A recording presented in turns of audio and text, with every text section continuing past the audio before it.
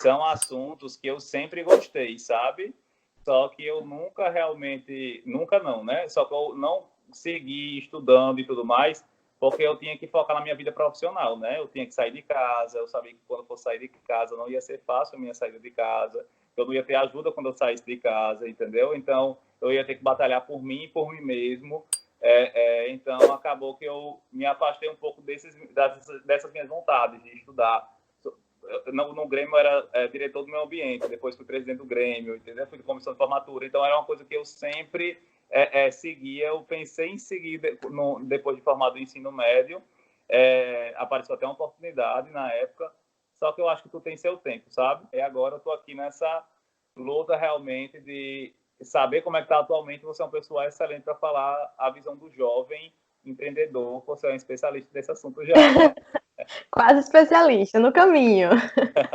Então, eu queria que você se apresentasse para o pessoal lhe conhecer, certo? Bom, então, meu nome é Maria Rita, né? Como você postou lá, quase publicitário, porque eu ainda não estou com meu diploma, mas esse ano, se tudo der certo, ele sai. Estou me formando em publicidade agora. E aí, eu costumo me colocar como empreendedor. Eu brinco muito que eu sou empreendedora assim, por último, porque empreendedorismo para mim está em tudo. Eu sou empreendedora na minha família, eu sou empreendedora com os meus amigos, eu sou empreendedora com o que eu faço, com o que eu trabalho. Então, o empreendedorismo para mim está em último porque ele é tudo, ele engloba tudo que eu sou, realmente é um estado meu. Então, eu sou quase publicitária, diretora criativa do Trilha Criativa e empreendedora por vocação, realmente, por missão. Eu acredito muito nisso.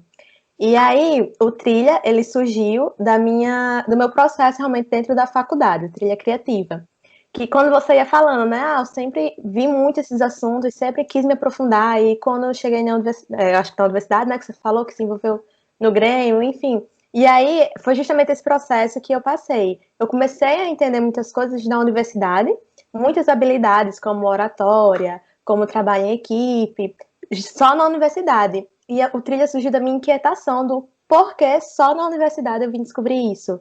Porque eu não tive acesso a essas coisas tão fundamentais no meu nono ano, no meu oitavo ano. Então, a minha inquietação era muito disso. Se eu conseguir transmitir um pouco do que eu estou aprendendo agora sobre empreendedorismo, só aprendi o que era empreendedorismo na universidade. Por sorte, né? Porque nem todo mundo entra na universidade e entende o que é o empreendedorismo. Então, eu tive a sorte e a oportunidade de conhecer o empreendedorismo, por que não passar para isso para a educação básica?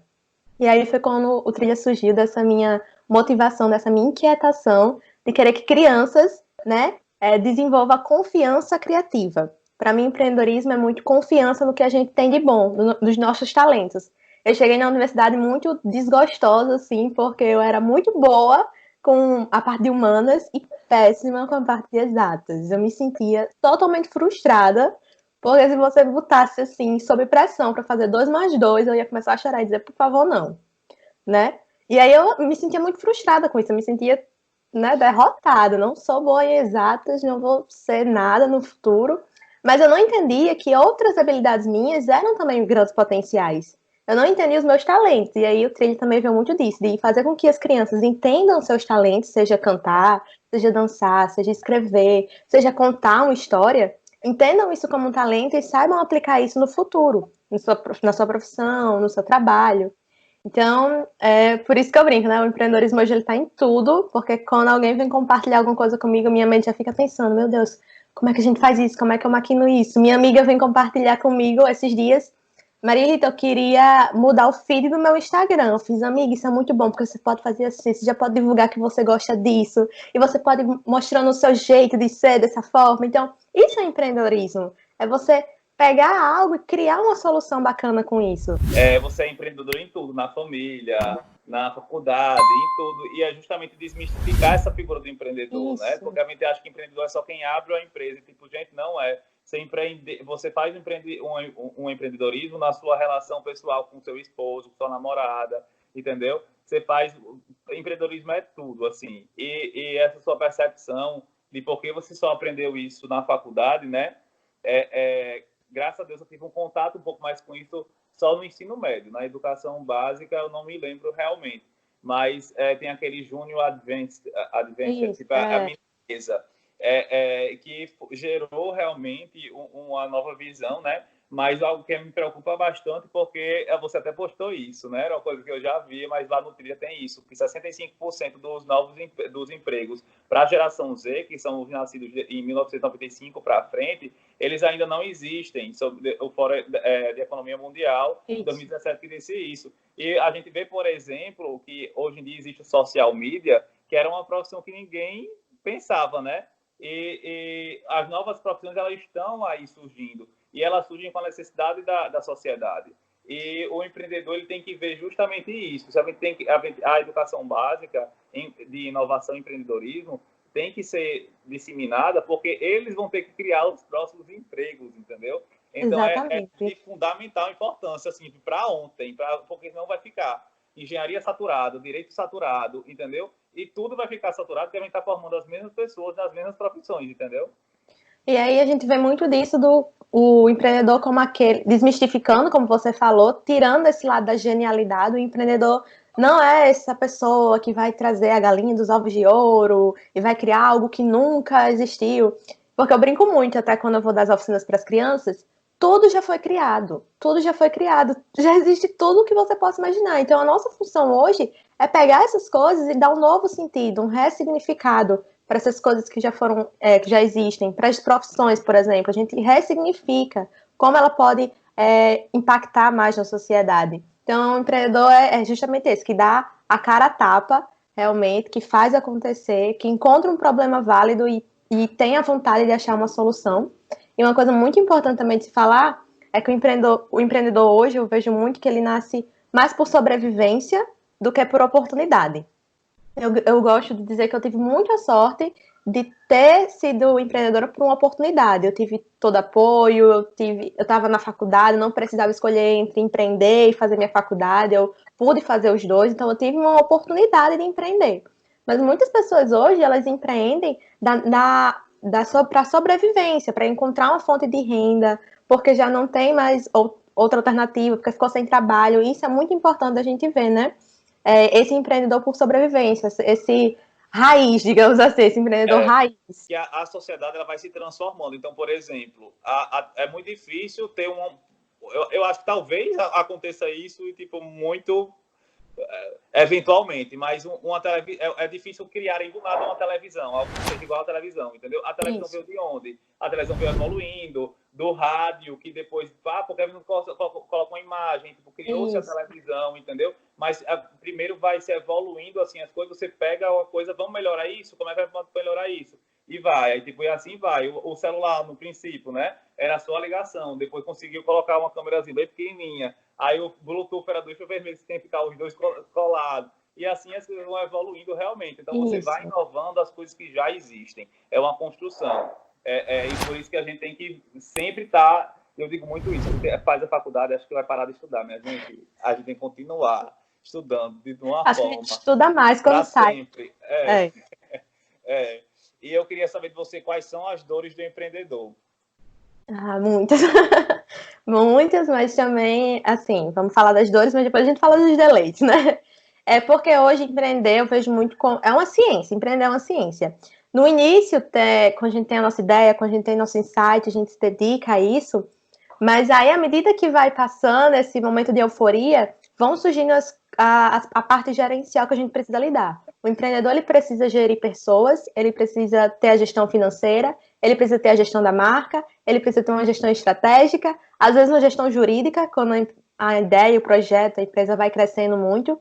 Então, são vários ramos, assim, que o empreendedor, uma pessoa vai tendo que começar a gerir dentro do seu negócio, e às vezes sem nenhuma instrução, aprendendo realmente na raça. Eu digo muito por mim, comecei minha ideia ali, chamei duas amigas, elas começaram junto comigo, mas quando essas duas amigas vieram, elas não eram minhas amigas no Trilha, elas eram parte da minha equipe, então eu precisava gerir essas pessoas, então eu não tive um preparo prévio para como gerir pessoas, como liderar, então vai sendo um processo muito doloroso, realmente, assim, de liderar, de dar autonomia para a equipe, será que eu estou acertando, será que estou errando, e depois eu queria muito ficar só na parte de executar, mas eu tinha que estar na parte também da gestão de estratégia, eu tinha que pensar nas estratégias, então o empreendedor ele vai se ramificando assim, vários. E eu acho que isso é uma dor muito grande. E acaba gerando também que a gente vai quebrando muitos estereótipos, digamos assim. Por exemplo, eu até separei uns aqui. Imaginei que teria mais liberdade empreendendo, mas a minha liberdade só piorou, porque o tempo que eu vou ter no livro, eu vou tendo que investir na minha ideia. Imaginei que teria muito dinheiro, mas o dinheiro só sai. Isso é muito importante quando a gente está empreendendo. A gente investe realmente tudo de si e isso envolve o dinheiro. Eu lembro que quando eu comecei, eu estagiava, eu dividia o tempo de faculdade e de estágio com o empreender. E esse grande privilégio de poder pegar todo o meu dinheiro do estágio e investir no trilha. Então, mas mesmo assim, todo o meu dinheiro era pro trilha, não via nenhum dinheiro entrando, era só realmente saindo, investindo. Então a gente também tem que lidar com isso. O microgerenciamento, como eu falei, são muitas coisas que a gente tem que gerenciar. A gente não vive esse mundo cor-de-rosa, que a gente imagina que vai conseguir dar conta de tudo, que vai conseguir fazer tudo. Não, eu sei disso. Mas aí tem um momento que a gente acaba ficando sem tempo, ficando cansado, ficando desgastado desse processo. Então, e aí uma dor do empreendedor, né? A gente não está preparado para todo esse gerenciamento e também não fomos preparados para trabalhar em equipe. Então, como eu falei, né, o principal ali é a gestão de pessoas, que a gente sofre muito, de liderar, é doloroso, porque a gente não foi preparado também, da mesma forma que a gente não estudou a educação empreendedora na escola, a gente não estudou o que é trabalhar em equipe. E a colaboração, que é um ponto principal para todo empreendedor, também se torna uma dor. A gente acaba sofrendo muito nesse processo de colaborar, de dividir as tarefas. Então, acho que deu para entender assim as várias dores Deu do demais. empreendedor. Mas eu fiquei bem desestimulado. Agora fala as coisas boas, pelo amor de Deus. E mostrar que com dedicação, com educação, a gente consegue passar por todos esses processos. Porque muita gente empreende hoje, então não é nada impossível. Mas a gente precisa trazer essa visão realista para que a pessoa não chegue, sei lá, na metade do caminho e desista por falta de estímulo, porque ela precisa ter essa resiliência, porque ela precisa entrar realmente com essa inteligência emocional de que vão enfrentar desafios, vão enfrentar barreiras, mas eu posso desenvolver todas essas habilidades, que é até um propósito do Trilha, né? O Trilha, ele trabalha várias habilidades empreendedoras, trabalha em equipe, inteligência emocional, empatia, resiliência, justamente por isso, porque esse processo todo é um processo difícil, naturalmente, mas a gente aprende nesse processo, a gente cresce nesse processo, e aí com a educação, né, lá do início, aprendendo realmente, a gente vai conseguindo passar, e a parte do deleite é que a gente empreende por um propósito. Então, o empreendedor ele tem um propósito muito forte. Então, quando você trabalha por algo que vai além da sobrevivência, que dá um sentido para o mundo, que gera um impacto, se torna muito mais prazeroso trabalhar. A gente enfrenta esses desafios, mas a gente sabe por que está trabalhando e por que está enfrentando esses desafios. Eu brinco que empreender é algo além do dinheiro. Agora, tendo em vista essa crise que a gente está vivendo, né? Eu digo muito isso, que vai ser um divisor de águas da sociedade. Qual deve ser a mentalidade empreendedora agora? Acho que a gente já ia falando um pouco isso quando ia falando das joias do empreendedor, mas eu acho que a mentalidade agora nesse momento é inteligência emocional e resiliência. Eu acho que a gente pode resumir nessas duas palavras, porque o foco cada vez mais vai ser se adequar ao mercado. A gente já está vendo muito isso. As empresas que estão reabrindo, elas têm que reabrir de uma maneira totalmente nova. Uma coisa muito interessante também, muitas empresas que nunca se imaginaram estar no digital já estão fazendo seu e-commerce, já estão aprendendo a gestão de vendas ali por WhatsApp. Isso é muito interessante, porque era algo que já precisava existir há muito tempo, né? Porque todo mundo está cada vez mais conectado, mas as empresas não tinham se ligado ainda totalmente nisso, e aí, por sobrevivência, elas tiveram que se readaptar, se ajustar a esse mercado.